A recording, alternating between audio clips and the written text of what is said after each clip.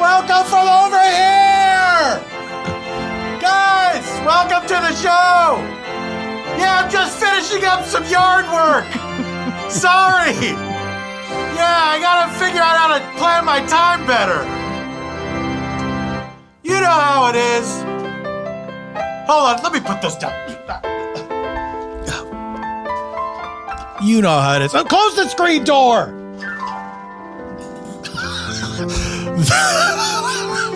Well, if that wasn't the sound of a screen door closing, I don't know what is. Ladies and gentlemen, yard work. If you have a yard, it's got to be done. You know, I remember my mother telling me that when her father died, he had a heart attack. Not long before he died, he'd been doing yard work. And she said when she saw him in the casket, he had beautiful color in his face. She almost didn't believe he was dead until she touched him and he was cold as ice. A story that has haunted me forever.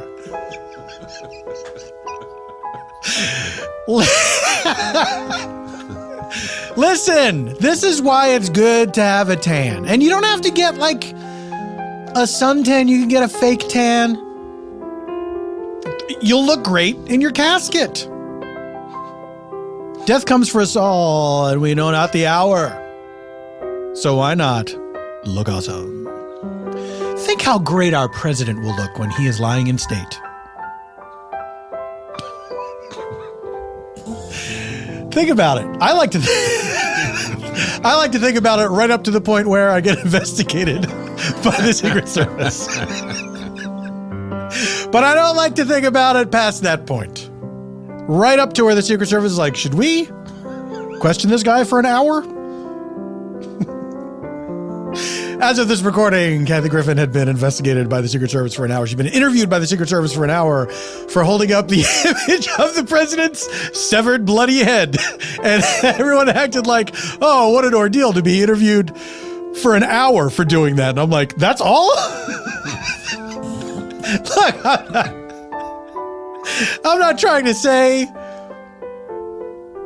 that, you know, she deserves to be hounded until death or whatever, but I'm saying, I think if you're holding up an image of the president's bloody head, you can expect an hour-long interview. Oh, ladies or gentlemen, welcome to Spontaneanation with Paul F. Tompkins. I am the second part. This is a show where I invite a special guest onto the program to have a free-form chat with me, inspired by a blind question from our previous episode's guest. Then I invite some improviser pals onto the program to join me in a narrative improv that is one continuous story as opposed to unconnected scenes, oftentimes utilizing details gleaned from the aforementioned chat with the special guest, inspired by a location provided by you, the listener, ? Yes, period. If you follow @SpontaneAnation on Twitter, we'll ask before we record for locations. When you get that ask, you can submit your location. More on that later. And the entire affair is scored on piano by Mr. Eban Schletter. That's what he goes like. Now, ladies and gentlemen, we're doing something special today. We're doing a one-on-one episode. We've only done this once before. And this is the kind of thing I would like to do periodically, to have a little fun with some of my friends, if that's allowed. Sorry. Why? You get to have fun with your friends, I don't. Let's not do this here. Ladies and gentlemen, our sole guest and improviser today. He's freaking out over there. This guy, I've known him for quite some time.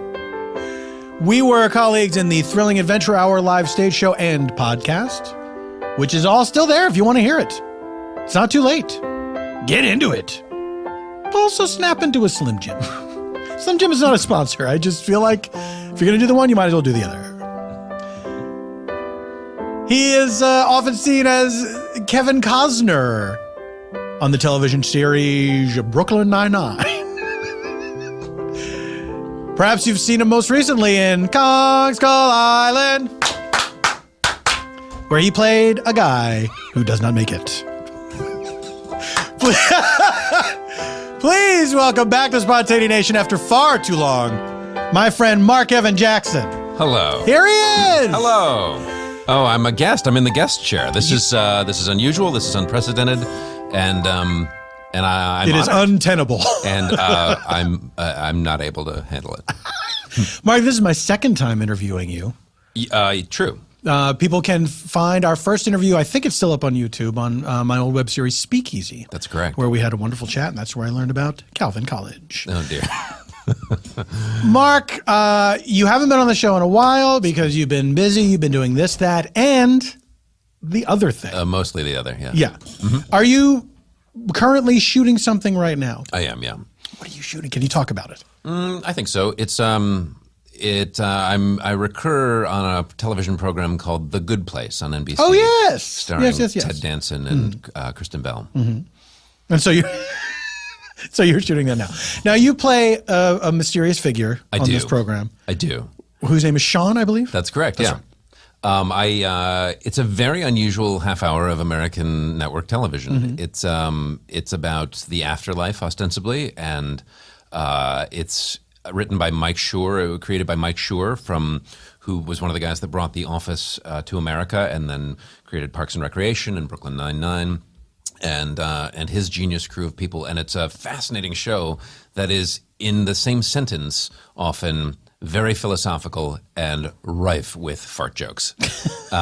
It's a really interesting, unusual, super thoughtful, sort of twisty, ostensible sitcom, I guess, but it's really unusual, and it's got some great people in it, and I encourage people to check out season 1. Season 2 is coming up in just a couple of months in September, but read nothing about the show if you haven't seen it yet, and then check out the very brief 13-episode arc. There you go. And listen, folks, reason enough to watch this show? Marc Evan Jackson. There you go. Marc, I have a question for you. Oh, this is submitted by our previous episode's guest, Mr. Scott Ackerman. Oh. Yeah, that's how long it's been since you've been on the show. We just tell people now. I was gonna do. Did you have a bit? Did you have a bit where I was gonna set you up and go like, Paul? Wait, you, Marc. I couldn't do it anymore. Really? I couldn't. I think we did it for 100 episodes. Oh, easily. And I couldn't. I think I was on the 100th. Okay, all right. Oof. Well, you can have friends. You can have fun with your friends, but I can't. Oh, you were on the 100th episode, and I have something I was going to give you that I forgot for the 1 millionth time. Oh. All right. That people don't need to know that. I'm like legitimately distressed that you just said the name of the previous guest. This is so much is different. There's a different door into the studio. That's true. Are you someone who is undone by that sort of thing? Do you like routine? I think more than I'm aware. Yeah. Right. Why did Scott ask this question? Why did he ask this question? The question is, do you get undone by routine? That was the blind question? No. That's me. Guest? That's a cited question that I'm asking you right now. I see. Yeah, I suppose I do. Like I definitely am a creature of habit. So yeah, the fact that I came up the elevator to this place and turned to go into the hallway to go the way I've come many times before, and they're like, no, there's a new entrance. It's really disconcerting. For people that don't know the inner workings of Earwolf life, it used to be our studio, which I consider the Spontaneous Nation studio. So do I. And that other people are allowed to use it from time to time. I'm almost embarrassed to say this. We used to have to enter from this murder hallway, like the servant's entrance. That's what it was like. Like the murderer's entrance. Like the murderer's, if you were servant to a murderer. Right, there you are. If you were like a murderer's butler. A thing. A thing? Yeah. Why not? If you can imagine it, it's been done. Previously. On the murderer's butler. Then they knocked through the goddamn wall and they built an entrance to the studio where everyone can see you come in and you know, it's not segregated anymore. That was always the issue, was the segregation. Yeah. Mm-hmm. So no more of this apartheid. Now we can be seen in the common areas of Earwolf like we belong here, which frankly we do. We do. And I will say on the flip side, it does force a certain collegial interface with which I am uncomfortable. Oh, me too. I come in here and there's a bunch of people sitting at desks who are working, and I'm unsure always if I'm supposed to say hello to the room. Me too. Or if I shouldn't. And there's always, I'm going to say there's 4 people who will definitely always say hi. Yes. And I feel like, oh, these people are just killing time all day, so they can afford to say hello. So I can say hello back to them. Right. Other people, they maybe look up, look right back down at what they're doing. For sure. And I feel like those people are doing the actual work. And also judging me severely. For sure. Yeah. For sure. The one time we do talk is about the guests. Oh, for sure. Marc, I have a question for you. This question Paul, comes to us from the previous question. This is a question from Scott Ackerman, and Scott Ackerman asks you, who was your best friend as a child, and what would you do together? This is maybe the sweetest question we've ever had. Quite likely the sweetest questions I've ever heard. Question I've ever heard. Who was my best friend as a child growing up, and what would we do together? Mm-hmm. You know, I think that you can take those in any order. Fishing, Dave. Fishing. Now, you guys had sticks with string tied to it. Sure. And then like just bobbers, no bent hooks. paper clip as a hook. No, the hook would be far too violent. Just bobbers. Would that work? Would a fish no try to oh my goodness, do you not know this? Like a super hungry fish, would he ever go for the bobber? I feel like a fish that hungry wouldn't have the strength to fight the buoyancy of a bobber. What if this fish is eating his feelings? Oh. In that case. You know you're not supposed to eat all that ice cream, but you're doing it anyway. It's true. Let me ask you this. Do you know about these fish in the river I think it's in Paris, who are now eating pigeons? I discovered this on the Planet Earth documentary. I didn't realize that that's where it was, but I did see that that's been going on. Yeah, it's catfish. They're catfish, which are enormously strong and they shouldn't be anywhere close to the surface. No. Feeding on, this is, frankly, it's the opposite of what they usually do. Right. Which is they eat the lowest possible things. Bottom. Right. Now they're eating things that can fly. This is very off-brand. It's a departure. It's a departure for sure. I had seen that. I don't know if this is a recent a recent element of YouTube or videos on Facebook or what have you. But you know when your brief video comes to an end and it just scrolls upward to the next one, I've found myself getting down those rabbit holes and watching lots of things like that. Right. Like there was also a video that I saw of maybe somewhere in the Baltics, and they were feeding a tuna by like workers on a dock were throwing bread into the water, and a large tuna, like a decent sized, maybe 3 foot, 4 foot fish, was swimming by and grabbing this. Well, a seagull decided that piece of bread was for him and landed, and the tuna took the seagull and spat it out eventually, and the seagull actually flew away. But it was under the water for maybe 10 seconds. I cannot wait to see that video. Yeah. Should tell we me take a about break? For the listener, it will be as if no time has passed. And we're back. Marc, tell me, what is this, JV club? Marc, tell me about your childhood friend Dave. Was his name Dave? No, I think the story, I mean, I want, you have different best friends at different eras. Yes. The one I'm thinking of is my friend Eric, who is a kid that actually didn't even go to my school, what we used to call junior high. I think they're called middle schools now. But he lived far enough across town, across the town of Amherst in New York, that it was a bit of like independence when we were, I don't know, maybe 12 and 13, to get on a 10-speed and have to ride for, I don't know, 5-6 miles, like a decent thing. It was something that I thought about when my wife and I were watching Stranger Things last year, because it was like, oh, even when we were little kids, 7 and 8, we'd leave on our bikes on a Saturday morning and be gone for the day. 100%. Miles away. Completely out of contact. Yeah. There was no way, no way for a parent to get in touch with you. It was either you had an agreed upon time that you were supposed to be home, and if you weren't home, it was a big deal. Big deal. Or it would just be like, be home for dinner. It was that kind of thing. Yeah. It was mine wasn't specifically the streetlights coming on, but it was that sort of timing. But we would do, not terrible things, but we would definitely be using Stranger fireworks. things? We'd be doing upside down things.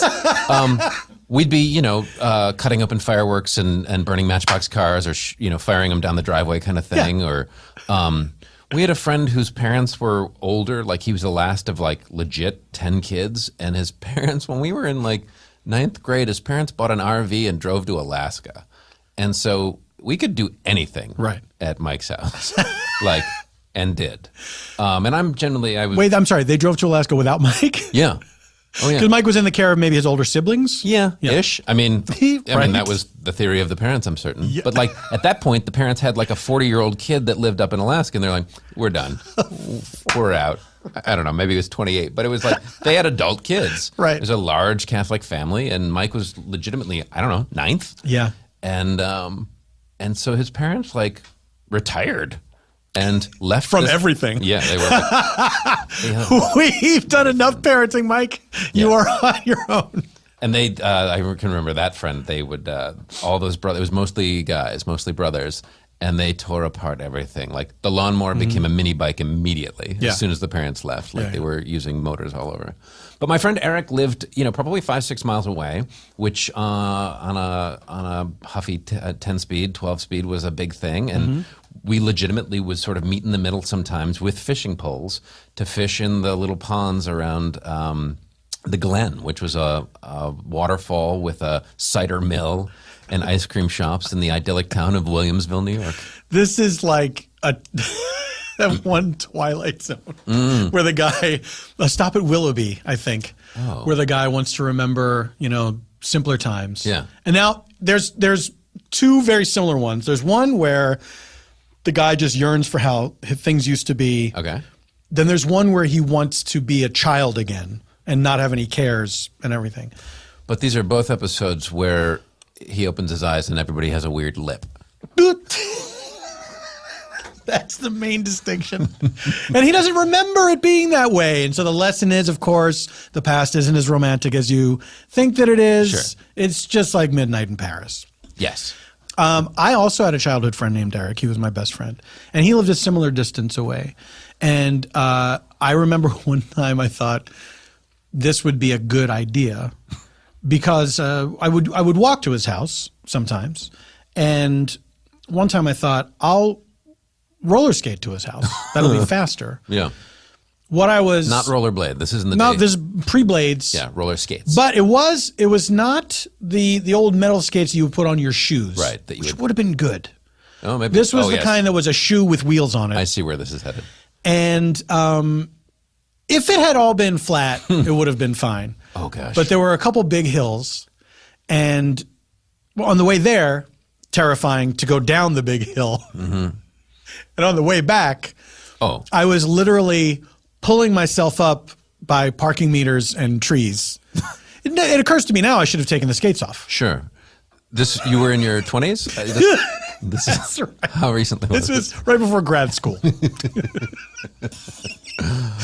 What trouble did you guys get into? It was, that stuff was fairly minor. I've always been preternaturally afraid of punishment, of getting in trouble. So I really have been a rule follower by and large. Does that come from a time where you did get in trouble? And it, I don't know. I'm the youngest in my family, and there's a gap. So I have two older siblings. My sister's 11 years older than I am, and my brother's 9 years older than I am. And then there's me. And so I simultaneously grew up as the youngest of three, but also an only child with 4 parents. Yeah. So when I would do something, and it was always minor stuff, I feel like I caught it 4 times. I would there'd be a lot of judgment and stuff. So with Eric, the stuff was mostly, So his grandfather, this might explain something actually. His grandfather smoked a pipe and would give Eric like the empty wrappers of Borkum Riff pipe tobacco kind of thing as like souvenirs or whatever. And so late at night we would, I'm sorry, this would be like a cellophane pouch kind of thing? A paper pouch within a cellophane pouch, sort of an envelope, folded. And when we were probably 12 years old, we would dig out all the corners, all the remnants and dust, and put it in a corncob pipe that we found somewhere and smoke it out the window of his bedroom. And it felt like Midnight Express. Like it felt sinister and dark and whatever. And then we realized like later, like, oh, you can smell that. Like his parents are going to smell that. And I think we soaked the carpet in like Skin Bracer or Aqua Velva or something. You know, like when you're like 12 and they start giving you like for Christmas little samples of English leather or canoe. You know what I mean? Yes. Pierre Cardin cologne and things. So we were like, oh, we'll fix this. And we were like, maybe if we just drizzle some cologne in the carpet, that'll really mask the smell of pipe smoke. I mean, I gotta say, for kids, that's not a bad instinct. I guess. Right? Yeah, I mean, it's self-preservation, but it's 100% ineffective. I mean, I think his mother came from a different part of the house, like, what is going on? Like, what are these smells? And then because you could definitely still smell the pipe smoke. You could smell everything. Yeah. But we felt like badasses, you know. Sure. Like we were smoking a pipe. Like that was pretty cool. And I still smoke a pipe to this day. Now that I think of it, like it's probably the genesis of that. How often do you smoke a pipe? It's rare, but I do enjoy it. Like maybe a dozen times a year, kind of thing. Do you know we have a friend? Let's call him Todd. Braggart. And well, that's including you in this. So braggarts. That's right. I have a friend. And Todd, I saw a picture of him on Instagram recently. He was smoking a pipe. Yeah. And then I was around him recently, and we were at an outdoor event, and he was smoking a pipe again. And I said, hey, I noticed on Instagram I saw you with the picture with the pipe, and how long have you been doing that? And he's like, oh, I've always done that. Yeah. The fuck are you talking about, Todd? Birth. Yeah. How have I never, ever seen this before if you always do this? Todd's pipe is a handmade pipe. Is it really? Yeah. It's by some sort of artisan, maybe a family friend or something. And it's nicer than the things that I use. Because I go into like the drug scratch store? and dent bin. No, in like a tobacconist. Scratch and dent bin. Yeah. Like, because you can spend $1 million on a pipe. Sure. And there's no reason to, because like they all get kind of gnarly over time. I mean, you can clean them and stuff, but I like a $40 pipe, $30 pipe that you can, keep in the glove compartment. Right. For emergencies. For highway smoking. Yeah. Yeah. If you're going to be stuck in traffic, why not pack your pipe and enjoy some bubbles? Mark, we're going to take a break. I don't understand. You will soon. Oh boy. When we come back. Is it the break to watch that video? Yeah, that's right. Yeah. During the break, we're going to watch the video of the seagull being almost drowned, being blackfished by the tuna. And you're going to listen to this ad. This episode of Spontaneous Nation brought to you by, yeah, that's right, Lisa Mattress. They were founded with a simple goal to help people sleep better. That's where the mattresses come in. They were not reading to people or giving them warm milk. Sorry. With an innovative direct-to-consumer online strategy, Lisa's 100% American-made mattresses are challenging the traditional mattress industry, and it's about time. Forbes magazine even named it one of the top 20 startups to watch. Forbes usually only tells you to watch 19 companies. They went out of their way. Not to mention, Lisa was Internet Retailer's fastest growing e-retailer in 2015 and is B Corp certified. You know this already. See for yourself why everyone is raving like a lunatic in a Napoleon hat about Lisa by trying it in your home 100 nights risk-free. Able I was ere I saw Elba. Choose from 3 different premium foam universal adaptive feel layers, including The 2-inch Avena foam top layer for cooling and breathability. Bing! The 2-inch memory foam middle layer for body contouring. Bong! Or the 6-inch dense core support foam for durability. Lisa mattresses are available online only in the US, UK, Canada, Germany, or at the Lisa Dream Gallery in Soho, New York City. The Gallery of Dreams. And it ships to you compressed in a dang old box. With prices starting at just $525, what do you have to lose? Don't say $525. It's an investment. Plus, for every 10 mattresses Lisa sells, they donate one to a shelter. And they've already donated over 10,000 mattresses. Thank you, Lisa. And right now, you can get $100 off a Litra macro. But that's a side ad. You can get $100 off a Lisa mattress with the offer code PFT, my initials. That is LEESA.com, offer code PFT for $100 off. Thank you for asking. Folks, I asked if everybody was ready, and then Mark was nice enough to ask if I was ready. The answer, yes. Mark, big doings. Next month. That's true. You and I will both be in Detroit for the Detroit Improv Festival. That's right. How many years has this been going on now? What would it be? I don't know the answer, but maybe 5 or 6, I feel like. Oh, very cool. It's been going on for a little bit. My company, the 313, largely entirely made up of people that were part of the Second City Detroit. It's an improv company, folks, not a business that Mark runs. Yes. It's my 501c3, my other 501. Are you B Corp certified? We are a family foundation.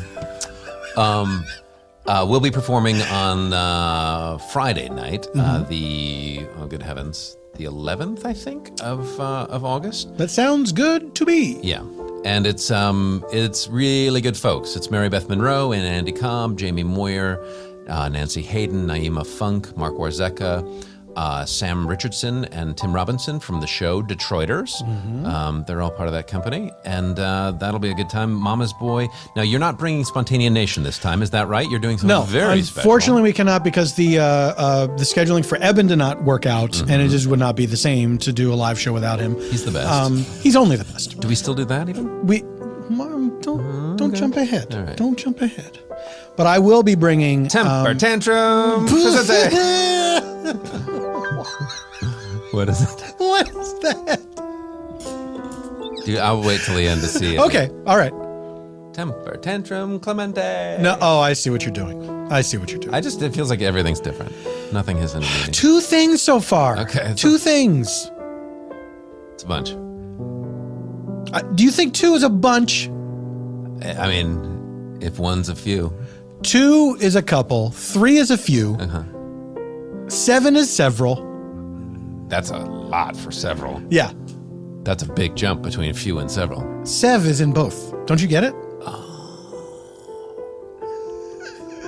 I will be bringing almost all of the cast of Bajillion Dollar Properties. Good for you. I think the only person who can't make it is Dan Adut. Oh, he can't. That's got a wedding to go to. Well, he made his choice. Yeah, they'll see. But it's going to be me, Ryan Gall, Tim Baltz, Mandel Mon, Tawny Newsome. We're all going to be doing Improv, a show that I call Bajillion Dollar Improvities. Oh, dear. Oh, no. I thought of that too late to get it on the official schedule. But that's what it is. Oh, no. Bajillion Dollar Improvities. Now, you, in the context of getting this show together, you rejected the notion of bajills. Is that right? Oh, yeah. Wasn't there something about that? Yeah. I don't like it. It sounds like a low-budget backwater, like cheerleading team for us, like Toledo or something. Do you know what I mean? I don't. In fact, I think that was extremely specific. I think this is where it's coming from. I've got it now. It's from my youth. The Buffalo Bills cheerleaders are the Buffalo Jills. Sure, that makes sense. Does it? Well, I mean, I get it. They're both words. Long-running debate at the Never Not Funny podcast, hosted by our friend Jimmy Pardo. Should a female hillbilly be a Jillbilly or a hill Jill? Oh, dear. And you guys spent how many episodes? Oh, I did not. This is an argument I've just witnessed. Oh, dear. Okay. Yeah. Anyway, the answer is Jill Billy because it's more fun to say. Yeah, I think I would go with that. Bajillion-dollar properties. Bajillion-dollar. Improperties. It's going to be a lot of fun. We're just doing improv. We've done several improv shows over the course of the year, and we're just going to do straight up improv. And it's going to be a lot of fun. And I think you're doing 2 shows on Saturday. Doing 2 shows the Saturday the 12th at Local. Yep. Is the name of the venue. And we're very much looking forward to that. I'm going to tell you, Spontanea Nation fans, if you're going to be in the Detroit area for this festival, here's how you can get the most Spontanea Nation bang for your buck. On Friday, 8 p.m. is the 313. You got Marc, Evan Jackson, Naima Funk, Nancy Edwards. 10 p.m. at Ringwald. Mm-hmm. Don't know that venue. It's a great theater. You can see opening night, the improvised musical, with our friends Shuli Cowan and Mark McConville. Saturday, 8 p.m., go see Orange Tuxedo. Yeah. Craig and Carla Kakowski. Then 10 p.m., you fucking close it out with bajillion-dollar improperties. Oh, my goodness. And that sounds like a good weekend. It's a really good weekend, and in a great place. It's in, largely, I guess all those shows will take place in Ferndale, which is the nearest north suburb to Detroit. Detroit, if you're not that familiar, is a place where a lot of great stuff is happening. It's it's a town that's gone through a bunch, but it's a really fun group of people that put on this festival. And there's just great food and culture, and it's a really good time to be in Detroit. Yeah, I did it for the first time last year, and I will say that it was in the midst of a great deal of travel, an exhausting year, and I was so regretting having agreed to do it. I was like, why am I doing this? I didn't need to add another thing. Yeah. So I was dreading it. I was dreading it because it was getting on a plane, it was being in a hotel, it was, all the tech stuff that goes along with doing our show live. And I could not have had a better time. Oh, I'm so glad to hear you say that. Instantly was like, I want to do this again next year. That's really cool. Yeah, it's a great festival. The vibe is fantastic. All the shows are great. It's an amazing collection of performers, and the audiences are the best. They're really great. They're very smart, very listening audiences. There's a vibrant and vast improv scene in Detroit proper, and so they're really sort of decent connoisseurs of improv. Like they're educated consumers when it comes to what goes on. I'm excited for people to see Bajillion, obviously, because of the sort of celebrity factor of it. But also opening night is something I'm really happy is going because they are bananas great at musical improv. It's not just kind of piecemeal songs. Like those guys, it becomes choreographed somehow through telepathy, and they're really good at it. I'm so glad that they're doing it because, I think it was it was on the fence maybe if people could make it, but I think, a good portion, if not all of the people are going to be there. That's great. And it's a real wrecking crew. Like they're amazing. And if you like improv at all, you will like this. Yeah. They're really good. The last time Mark and I were in Detroit together for this festival, you gave me a tour of your Detroit, which I greatly appreciated, culminating in your old apartment. Yeah. The building can be seen in the movie Batman v Superman. Batman v Superman. The courtroom thriller. I was watching that movie on an aeroplane not terribly long ago, and there's no doubt that it's my building. So much so that the overgrown plant shelves in the front windows of my former landlord are still there. That's right. So it's the scene in the movie where the guy in the wheelchair is going, I think, to meet Lex Luthor in the basement or something, right. and the wheelchair gets made into a bomb. But I was on an airplane, so I'm at 30,000 feet traveling somewhere, and I was like, well, I guess Judy's still alive, because there's no doubt that it's my building and her apartment, and that all those plants are still there. Judy was quite a character from what I recall of your description of her. It's true. Yeah. That's the extent. I would like to discuss. Oh, I see. Okay. That's more car talk for you and me. Now, of course, my fondness for Detroit started with my first trip to the Motor City when I was the voice of an orange puppet for the Ford Fusion ad campaign. That was you? Yeah, that was me. I vaguely remember that. Do you remember those ads? Yeah. Yeah, it was me and John Ross Bowie. That's so funny. Yeah, I was just the voice. There was another guy who operated the puppet. That's amazing. And we developed a symbiotic relationship. So you have a long track record working with puppets. I sure do. You sure do. Wow. Seemingly over, but who knows what the future holds. No. There are a couple of puppet-centric projects on the breakdowns these days. Mark, what do you have coming up that you'd like to talk about? We already know about The Good Place. The Good Place is going on. What can I talk about? Skull Island on Blu-ray. That's out. It's available on Dig right now, I think, but DVD and Blu-ray is soon. I would guess by the time that the Detroit Improv Festival. Twin brother of your character Lancet Steve, going to be in the Mothra movie? I hope so. God bless you for knowing the name Lancet Steve. Sure. That's a good shout out. I'm in the movie Jumanji. Oh, there we go. That'll come out December 20th. They've just dropped the trailer for that at the time of this recording. I play it's a fun sort of sequel, I guess, to the Jumanji story. It's so it's not a reboot. It's not a reboot. No, it's like it's an interesting reimagining. So in this universe, there is a cursed board game called Jumanji. Yes. And then somebody was like, "Why don't we update this cursed game?" Yes. So, and this is not a spoiler. This takes place in the trailer.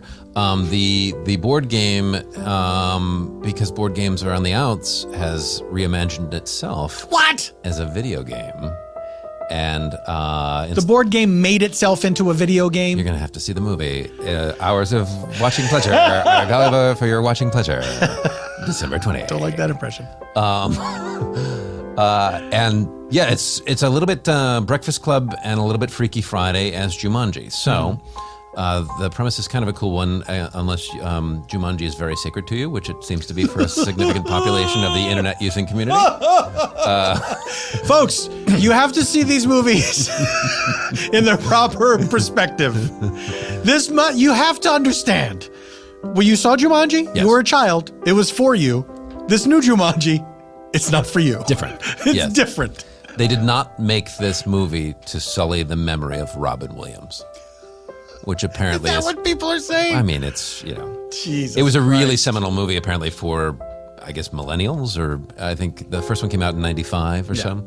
But no, it's gotten great response. It's going to be a really fun movie. It's The Rock and Kevin Hart and Jack Black and Karen Gillan, and it's going to be a really good time. Reese Darby's in it. There's an Arby's in it? There's a least Arby's? Thinly sliced roast beef on a Kimmelwick roll. It's Reese Darby, isn't it? Did you meet Dwayne "The Rock" Johnson? No, I did not. Oh. No, my scenes took place at a different point in the film. In the regular world. Yes. Now, I met Dwayne "The Rock" Johnson. Wow. Johnson before. I mean, when he was a wrestling star. Sure. This was back on a television series called Dag. Oh, sure. Yeah. David Allen Greer. David Allen Greer. Yeah. And I played the chief of staff to the first lady of the country, played by Miss Delta Burke. Yeah. And there was an episode where Dwayne "The Rock" Johnson visits the White House, and he throws me out of a window. Is that right? Yeah. That's amazing. You don't see, the throwing happens off screen. You see him collar and belt me through a hallway. And then there's a sound effect that leads one to imagine. Okay. I've been thrown through a window. Did he pick you up? No, he did not pick me up in the air. Okay. Interesting. And when I think about that now, it's disappointing. Yeah. Because it would be nice to be picked up by The Rock. Well, I mean, think about what we could be talking about right now. Right. With specific reference to you are being picked up by The Rock. I wish that he had picked me up. Yeah. And cradled me. Well, for sure. Yeah. And then laid me gently in bed, pulled the covers up under my chin. Swaddling clothes. That's right. Yeah. In a manger. I wish he had lingered in the doorway and asked me if I wanted my nightlight left on. And then thrown you from the window. Yeah. That's all I want. I mean, is that so much for a 4-camera sitcom? Mark, we have to take another break. A lot of breaks. Do you feel like you've talked enough? I feel like I've dominated the conversation. Oh, I feel like I've talked a ton, sure. Do you really? I don't have Is this the most you've ever talked? With other people around, yeah. What does that mean? Oh, you should see me in the car. Am I chatty? Do you get mad in the car? You know, I get disappointed in humanity in the car. I get disappointed. People are awfully selfish. It's true. That's very true. And really consider themselves important. Mm-hmm. And I don't see it that way. Consider themselves important. Well, I mean, just, I don't know. It's, people rushing around using things that aren't lanes to advance themselves. One vehicle seems ineffective. Do you feel that one day a real rain will come and wash all the scum away? I do. Folks, we're going to take a break. It's a lot of breaks. It's the second break. It's like a bunch of breaks. It's not even a few. Several breaks. We're going to take our second and final break. Oh. When we return, we will reveal our location provided by you, the listener. I'm speaking specifically to the person who provided the location. You don't even know that it's you yet. Is it my house? You son of a bitch. Be right back. Comedian Doug Benson loves movies so much, I advised him to marry them. That is not legal yet. Slippery slope. But he loves movies so much that instead of marrying them, short of marrying them, he made a podcast about them and about his love for them. Now hear all 8 seasons of Doug Loves Movies on Stitcher Premium. Doug Loves Movies is a great podcast. I've had the pleasure to guest on it many times, and I hope, Lord willing and the creek don't rise, many more. Plus, did I say it was on Stitcher Premium?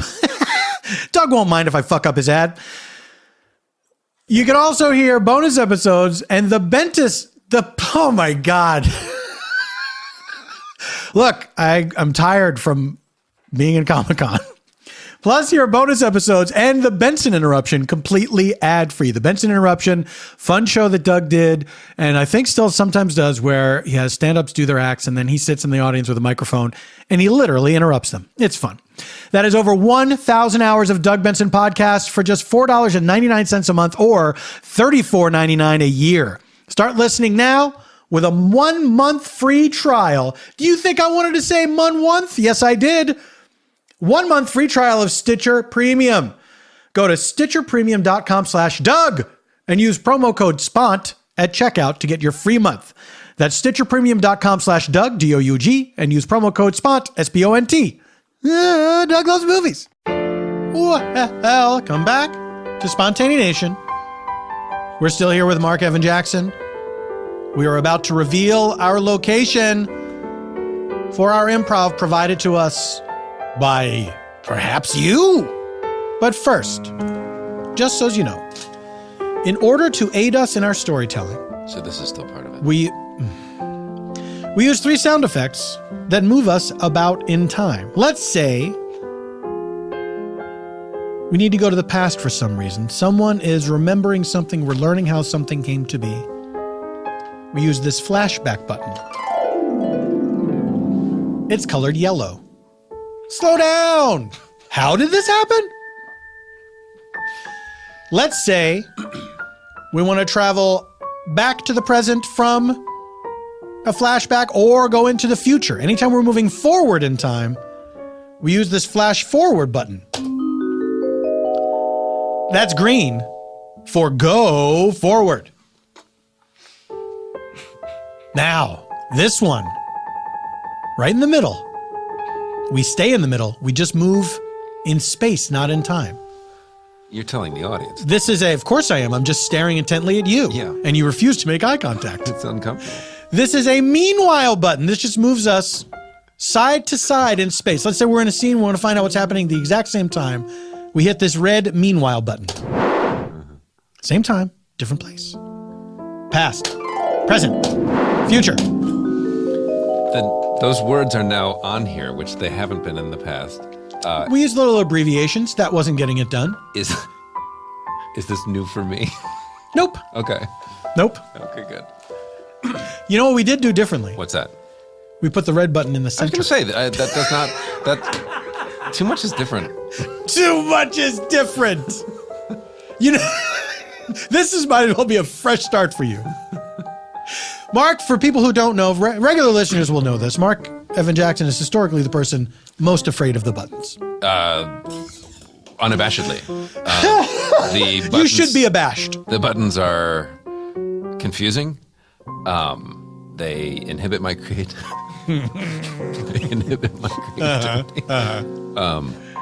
But I'll see what I can do. Now, if you want to just talk and I'll just push buttons, is that how we'll do it? So I do all the characters. That's correct. And you just do the buttons. But you're going to push all three at the same time like that? When are we? Mark, here's our location provided by Scott Twitter user Zachary Atticus. Certainly his real name. A gas station only stopped at during road trips. A gas station only stopped at during road trips. Thank you, Zachary Atticus. We take you now to a gas station only stopped at during road trips. What is she doing in there? Is my question. It's only been 5 minutes. Yeah, but I mean, was she having a baby in there? I think if she was having a baby, we would know. She wasn't pregnant when she went in. That's all. What are you suggesting? Well, she went in alone, so unless she's Mary. Mary the Virgin Mother? Yeah. Now, in the Bible, I don't think it was written as part of the story of the Virgin Mary that she got pregnant and had a gestation period of 5 minutes. Samuel, I understand that. I'm just saying I would like to use the bathroom, and I feel as though Carol's been in there for some time. Well, I would say just get a hold of yourself. Okay. Just try to ride it out. Okay. You're right. Carol's doing what Carol needs to do. I'm sorry, Samuel. We so appreciate you picking us up. I mean, it's fine. So many cars drove by. Well, I saw y'all by the side of the road, and you just looked so sad. It just looked so sad. You had like dirt smudges on your faces. Well, yeah. You know, you had the one shoe. Yeah. That was all manufactured. Carol thought that would help. I mean, after the 15th car drove by, she thought we needed to appear a little bit more desperate. But I do appreciate you stopping. And no, hold on a second, Martin. You're telling me you applied dirt smudges to your face? You didn't acquire them naturally trying to fix your car? No, the shoe was lost naturally. That part, I mean, I don't want to jeopardize our, we've got 4 hours of friendship under our belt. I don't You're being honest with me about the shoe business? Because I'll tell you, that goes a long way. I'm being mostly honest about the shoe business. Mostly? Yeah, I mean, Carol? Martin. Okay, I'm going to need you, if I'm going to get you the rest of the way to Yosemite National Park. Where we're headed. Where we have agreed that we are headed. It's only our halfway point, but... Y'all are going from there That's right. to Hawaii. That's correct. That's right. God willing. And the creek don't rise. Well, actually, that would make things easier, wouldn't it? Well, there is water involved, I'm told. That's true. Yeah. So if we're gonna continue with this road trip, after we're done stopping at this gas station. That's right. I'm gonna need you to be very honest with me. Sure. Now, Martin, I'm gonna ask you once. I want the truth. Okay. How did you lose the shoe? Carol, this is absurd. I mean, you've made me put on all the clothing from our luggage. We should just take what we need and see if we can get a ride to a service station. There has to be one. Martin, I don't want to carry a bunch of clumsy suitcases. Well, I mean, I asked you to bring the rolling kit. I asked you to bring the rolling kit. It's inelegant. It's made for travel. What's wrong with a steamer trunk? It's a classic style. It's true, but It doesn't roll. It's very heavy. Well, then that's why I asked you to put on all the clothing. Okay. Oh, here comes a car. Here comes a car. Please. Oh. You have to be more forceful. There are times I don't feel like I have your full support. I'll say it. Oh, is that so? Yeah. Is that so? Yeah. How about when you started? Do you really want me to say it? I can sense you getting emotional already, Carol, and I You started that business to convert board games into video games. My goodness. This again. Yes. This juicy chestnut. That's right. It's a real JC from Carol. No one's playing board games anymore.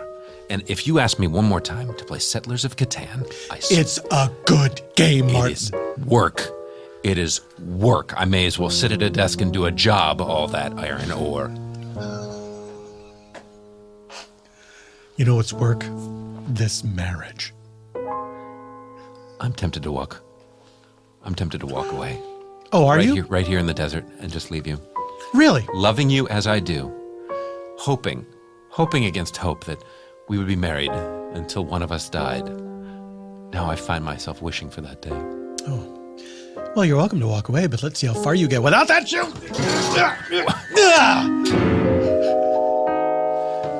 She just threw the shoe away. She wrestled me to the ground.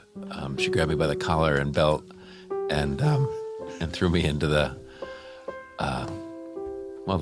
just a ditch on the side of the road and then came down. Now, correct me if I'm wrong. I know that you were sitting down I was. in the car and Carol just ran in there like a shot. But you got a good 2 feet on Carol? Oh, easily, yeah. 2 feet, about 85 pounds. Yeah. Wow. I mean, well, Martin, I'm sorry for your trouble. I mean, it sounds like you two are...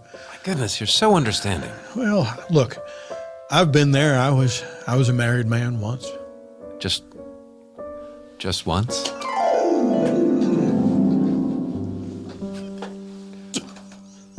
Wow, aren't you two a handsome couple?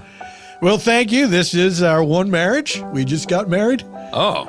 Yeah, the two of us. This is our first and only marriage. To each other? Yes. You're married to each other? That's right. That's great. This is my wife. Hello. Feels weird to say it. Gloria. I'm Gloria. I'm his wife, his first wife, his only wife. First and only wife. We are married one to another. Samuel and Gloria. Samuel and Gloria. First and only marriage. Mr. and Mrs. That's right. So you two are definitely having an affair, is that? Gloria, I have something to tell you. Oh dear. I know we only got married this morning. Right around the corner. Yes. But I've been having an afternoon-long affair. With someone other than me? That's how it works, yes. Well, it was moments ago you promised not to do that sort of thing. Well, I know, but I don't know. It just seemed like so permanent. Do you love her? Is it a her? It is a her. Okay. When did you meet? We met at the wedding. We were in a courthouse. I know. Do you remember that gal that had to sign the papers? The when we witness? walked in? Yeah. Samuel. Oh, you don't think she's pretty? Not afternoon affair, pretty. No. I don't know. Oh, no. Oh, don't cry. Don't cry, Gloria. I want a divorce. What? I want a divorce. But just because of this one speed bump? Yeah. And I will consider remarrying you in the morning, but all right. For the moment, I need to press pause. Press pause? So you're talking about separation, trial separation? Annulment. Ooh, it went the other way. Yeah, I got my hopes up there for a second that was it. So our marriage, I guess I can't even say I know what marriage is like because my marriage has been annulled, which means it never happened. So you didn't remarry in the morning? No, we sure didn't. Oh, wow. See, I continued the affair. That's on me. Oh. That was unwise. Yeah, she came to bed later that night and I was there with the witness. Oh. I wish I could remember her name. The witness's name? Yeah, the one that ruined my marriage. I mean, it's unfair of me to blame her, I suppose. Samuel, I feel like maybe you were to blame in ruining your marriage. None of my... Carol! Martin. What is she doing in there? Oh, how much longer can I stay in here? Carol! Oh, I can't get back in that car. Martin, sniveling worm. Doesn't even know how to hail down a car when hitchhiking. Can barely get all the clothes from a steamer trunk on at the same time. Carol, think. How do you get out of this? How do you get out of this? I'm sure she's fine. She seems like a pretty self-sufficient woman. Yeah, no, she's got her good qualities. Martin, I hope this isn't stepping over a line, but I mean, I shared all that stuff with you, and then you were kind of judgmental about me, so I figured like you kind of broke the seal on this. Oh, you feel as though in the last 4 hours you've really gotten a beat on what makes me tick? I mean, yeah. I mean, look, I've seen a lot of movies. Anybody with a mustache as bushy as yours, I'm listening. All right. A lot of people tell me I have a certain Brimley quality that makes them feel more open towards me. I was leaning towards Sam Elliott, but oh, really? Wilford Brimley is also a trustworthy character. You haven't noticed my octagonal spectacles? I've noticed you pushing a lot of insulin. Listen, I don't want you to get diabetes. And one of the ways you can combat that, please eat this bowl of oatmeal. Of oleo? Oatmeal. Oh, I was going to say, your butter looks very funny. Now listen, a lot of guys are going to tell you beef is what's for dinner, not me. I want you to eat this oatmeal for dinner. Help lower your cholesterol. All right, yeah. And somehow that will help prevent diabetes. It's all linked. I don't know. I'm ready to listen to any advice you have to offer. I mean, your advice about having catheters delivered discreetly is right on the money.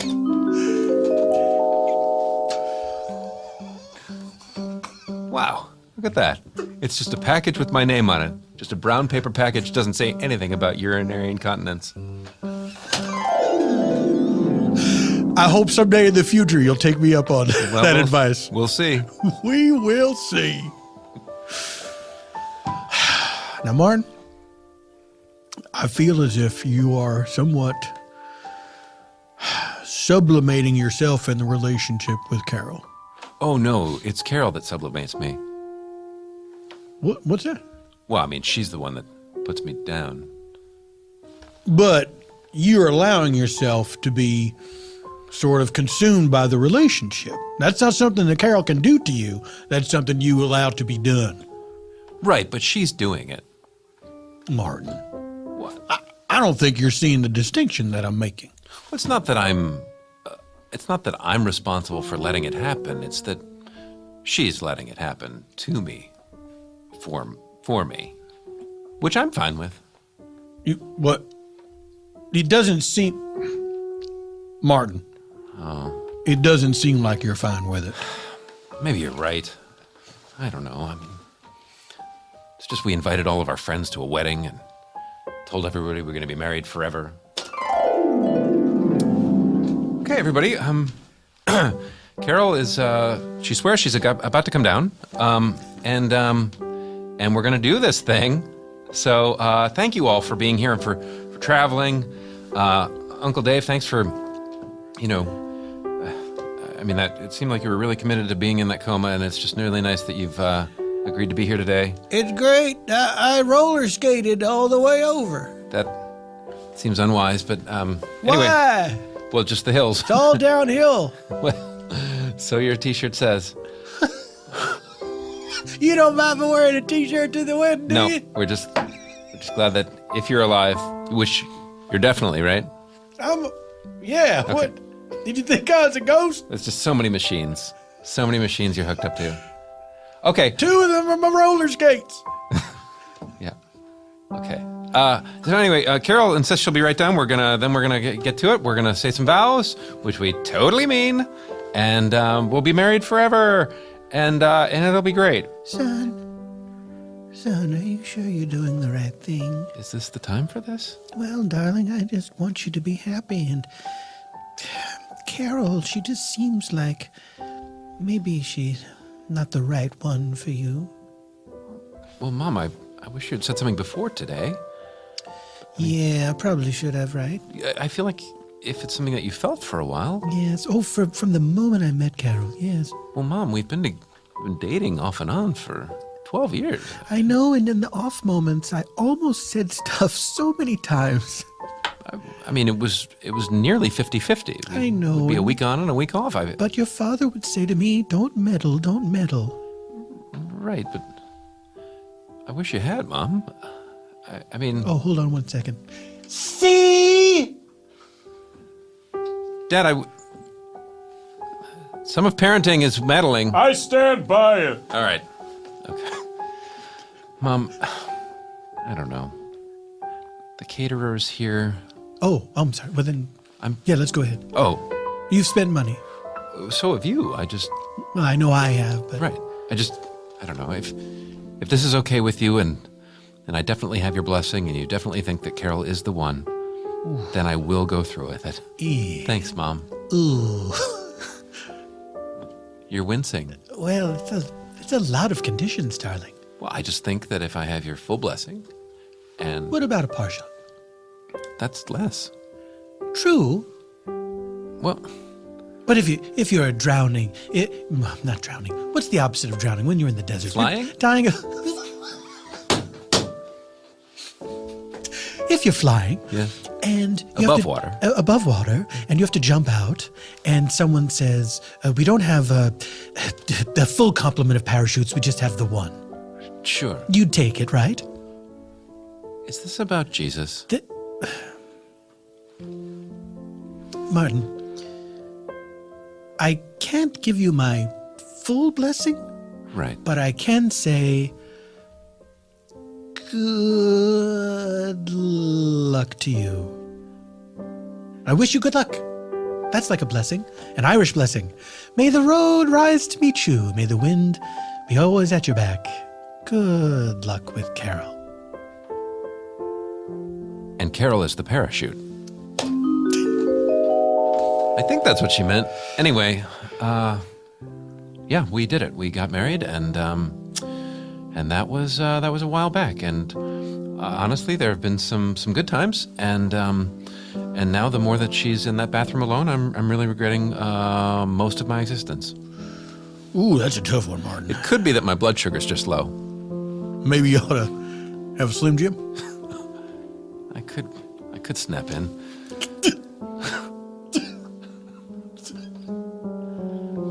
If that store ever opens, I mean, what are they doing in there? They're in there. I don't know. I can see them. Yeah. I mean, how much mopping does that floor need? Why are there so many people, too? It's not that big a store. No, but I mean, they haven't even opened yet. Those hot dogs roll by themselves. I mean, Martin, you said you've had good times with Carol?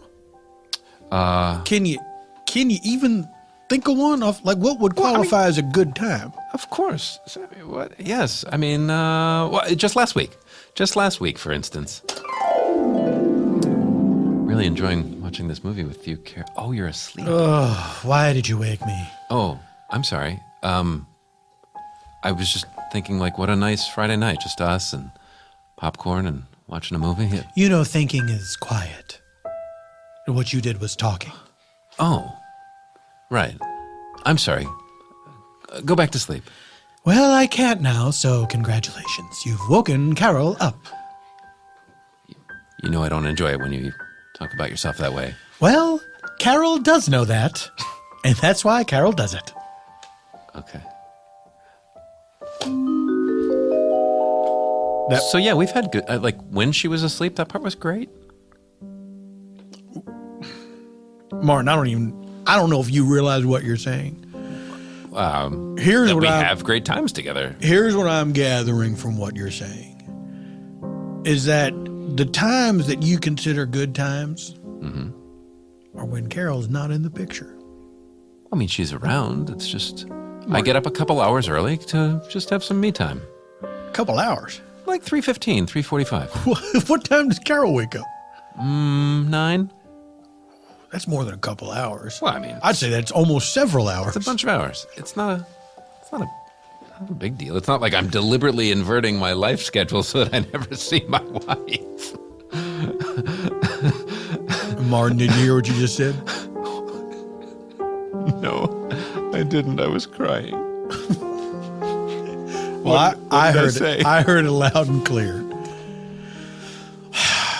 You got to get out of this marriage, Martin. I do, don't I? Yeah. Oh, gosh. All right. Well, I guess if we just board up this bathroom door. Oh, that's not what you meant at all. Yeah, I mean... Oh, you mean say something to her? No, I think you should probably just go. Oh, okay. You'll drive her to Yosemite, though, right? Of course I will. Said I wouldn't. I'm a man of my word. I'll just stop periodically to give myself injections. So I don't get, you know what? I do. Diabetes? Diabetes. Diabetes was my father's name. Oh, I'm sorry. We've had so much time together. Those 4 hours went by quickly. That's right. Well, thank you for this. You're going to be better off, Martin. And can I give you one piece of advice? Well, that mustache says yes. Take off that other shoe. You're going to find walking a lot easier. It's such a leap of faith. I don't... Let me just try... Oh, my gosh. Right. Oh, that heel was cutting into me. It's taller than it looks. There you go. Do me a favor. What's that, Martin? Consider driving her the rest of the way. All the way to Hawaii? That's correct. Well, Big Island, here we come. She prefers Kauai, but... The Garden Island? But you guys can talk about that. Carol, I'm gonna go. $999, $1,000. Oh, it's a fresh roll. Bye, Martin. Good luck to you. You know what? In the words of my mother, good luck with Carol. Thank you, Martin. There he goes. Is he gone? Yes. Now we can finally be together. And it all happened at a place called, what gas station only stopped at during road trips. Marc Evan Jackson, where can people find you should you wish to be found? On Twitter, I suppose, at MarcevanJackson. Marc with a C, Evan Jackson. Instagram, too, I suppose. Are you actually using Instagram? No, but I have one, and I keep getting tagged in things. If you want to see pictures of Marc, go to Instagram. Yeah, that's where they do that. But people should also check out the Detroit Creativity Project. It's a nonprofit that my wife and I started about 5 years ago in Detroit. And we teach improv in public schools, in the middle and high schools in Detroit.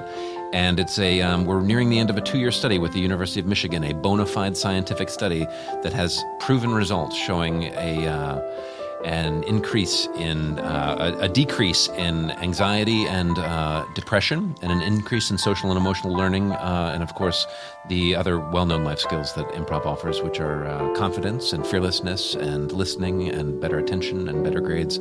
We have students that have skipped school that day that are sneaking into our improv classes. Wow. And it's working. It's dcpimprov.org. There you go. That is fantastic to hear. Please do check that out and support that organization. It is worthy of your consideration. Ladies and gentlemen, Eban Schletter. You can find him at Eban Schletter on all the places. Go to ebanschletter.com. Seek out Eban's non-spontaneanation work. It is wonderful. And why is it wonderful? Because Eban Schletter is only the best. Still there. If you want to find Eban Schletter, how do you find him? Why, it's simple. You can remember it like this. EBANSCHLETTER. as for me, I want you to come and see us in Detroit. Bajillion Dollar Improvities. See the 313. See opening night, the improvised musical. See Orange Tuxedo. This is going to be a fun weekend. And don't forget, we are going to be returning to the Bell House in Brooklyn Sunday, November 12th. First show's already sold out. Second show, as of this recording, tickets are still available. Me, Eugene Cordero, Tony Newsom, and little Janet Varney. Go to paulftompkins.com/live. Thank you very much to Earwolf for hosting the podcast. Thank you to Engineer Ryan for engineering us all the way to the end of the show, which this is. Goodbye forever. Until next week, this is Paul F. Tompkins saying, Semper in Presenti. Hey everyone, it is Paul F. Tompkins, and I wanted to just take a moment to say congratulations to Comedy Bang Bang on 500 episodes. It's really an incredible thing. I am extremely grateful to Scott for not just having me on the show, but for starting the show in the first place. It's been a really wonderful experience to do the show, try new creative things that I'd never tried before, and make friends and work with some of the most amazing people in comedy. So congratulations to you, Scott. Congratulations to everyone who's been a part of Comedy Bang Bang over the years. And congratulations to all of us, the listeners of Comedy Bang Bang, for these wonderful hours of joy. I'm sorry I'm not being funny, but it's for real. I've said this before, and I will say it again, including right now, but I count the hours that I've spent in that studio with Scott and all these other amazing people as some of the happiest hours of my life. So congratulations, everybody. Scott, I'll see you at home. This has been an Earwolf production. Executive producers Scott Ackerman, Chris Bannon, Colin Anderson, and Paul F. Tompkins. For more media and content, go to earwolf.com.